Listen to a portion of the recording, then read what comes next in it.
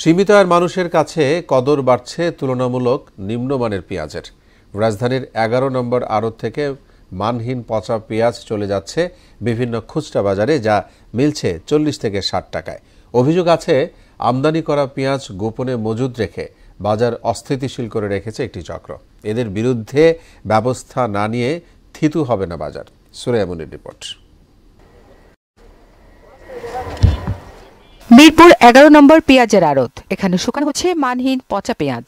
একদল নারী এসব থেকে তুলনামূলক ভালো পেঁয়াজ বাছাই করছেন বিক্রির জন্য। একবারে পচাটা ওটা ডাস্টবিনে ফেলাইতেছি, আর যেটা নিম্নটা ওইখানে থুইতাছি, আর ভালোটা আলাদা থুইতাছি। এসব পেঁয়াজ চলে যাচ্ছে বিভিন্ন খুচরা বাজারে। প্রকারভেদে প্রতি কেজি বিক্রি হচ্ছে ৪০ থেকে ৬০ টাকায়, যা সীমিত আয়ের মানুষের জন্য স্বস্তির খোরাক। গরিব মানুষ নিয়ে খাচ্ছে, অনেক কি করবো, এটা দাম বেশি, ওটার দাম কম। পচা পেঁয়াজ নিচ্ছি, সেটার জন্য তো আমাদের শারীরিক কোনো ক্ষতি হচ্ছে। আর যদি আমাদের শারীরিক ক্ষতি হয়, সেটা দায়ভার কে নেবে? সরকার নেবে। বাজার দর আর কি বলবো, যেভাবে বেশি হয় ওইভাবে তো কিনে নিয়ে খাইতে।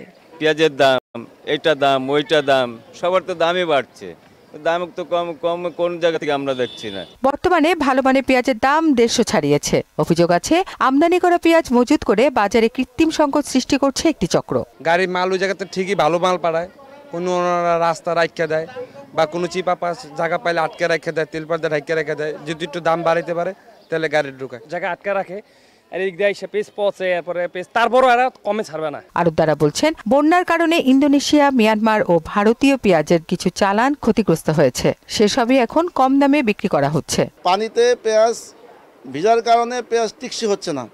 ওখান থেকে মাল লোড দিয়ে যখন বাংলা পর্যন্ত আসতে আসতে অনেক পেঁয়াজ পচে যায়। মালিকে দেখে না যে ট্রাকের মধ্যে কি মাল দিছে, টাকা পাঠাইছে, মাল দিয়ে দিছে, আইনা খুলে দেখে যে এই মাল। পেঁয়াজের বাজার স্বাভাবিক রাখতে সরকারি তদারকি সংস্থাকে কঠোর হওয়া সহ সিন্ডিকেটের বিরুদ্ধে ব্যবস্থা নেওয়ার দাবি জানিয়েছেন স্বল্প আয়ের মানুষ।